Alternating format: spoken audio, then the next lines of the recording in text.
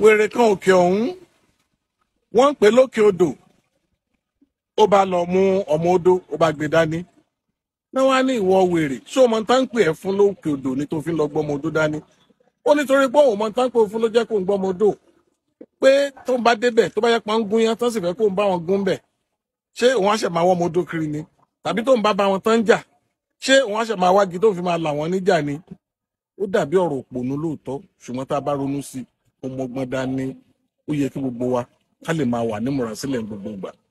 You have to be prepared. You just have to be prepared every time.